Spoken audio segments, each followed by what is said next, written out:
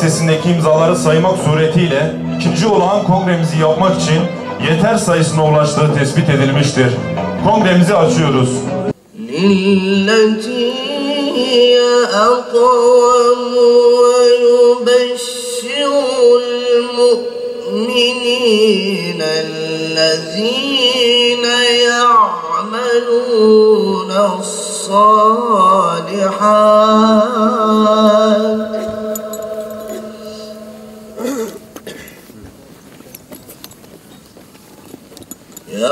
يعملون الصالحات أن لهم أجرا كبيرا صدق الله ربنا الأعلى سبحان ربك رب العزة عما يصفون وسلام على المرسلين والحمد لله رب العالمين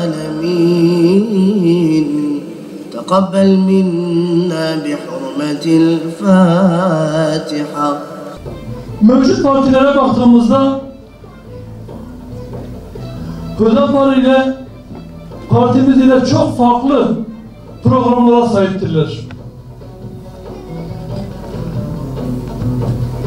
Parti programını İslami referanslara göre düzenleyen ve İslami referans alarak her adımını atan tek bir parti vardır. O da Hüdapar'dır. Siz bakmayın, İktidar Partisi'nin yetkililerin zaman zaman çıkıp da biz bir dava partisiyiz, bizim bir davamız var, dava kardeşliği var. Belki ilk çıktıklarında bir dava partisiydiler ama maalesef bugün bir dava partisi değiller. Rant, ihale partisi olmuşlar. Mevcut sistemi ayakta tutmaya çalışan bir parti konumuna geldiler. Şu anki sahadaki uygulamalar bu. Tek bir dava partisi var, o da Hür Dava Partisi'dir. Bunu aklınızdan çıkarmayın. Ve toplumun İslami geleceğinin inşasında Hüdapar'dan başka parti yoktur. Şu an ben iktidarımı nasıl koruyabilirimin hesabı içerisinde olan bir iktidar partisi var. Ve bunun için herkesle işbirliği yapıyor. İktidarda kalmak için FETÖ'yle işbirliği yapıldı. FETÖ bütün devlet kurumlarına sızmasına yardımcı oldu. Paralel devlet yapılanmasını kurmasına yardımcı oldu. Sonra FETÖ'cüler iktidara göz dikince bozuştular. Fethullah Gülen Hoca Efendi dedikleri şahıs birden FETÖ oldu.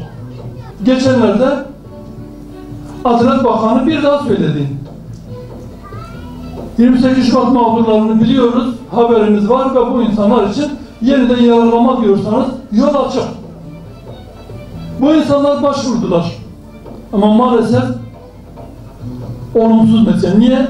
Çünkü Anayasa Mahkemesi'ne gidebilmeleri için 2012 tarihinden önce sonra karara çıkması lazım dosyaların.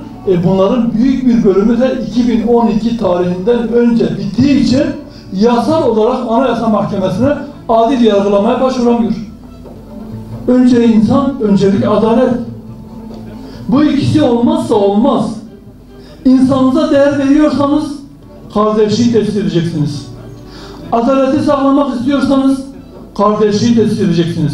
Peki bu kardeşlik neye göre olacak? Bu adalet kimin adaleti, neyin adaleti, hangi adalet? Ölçüsü ne olacak? Bu noktada iktidarın kafasında değil,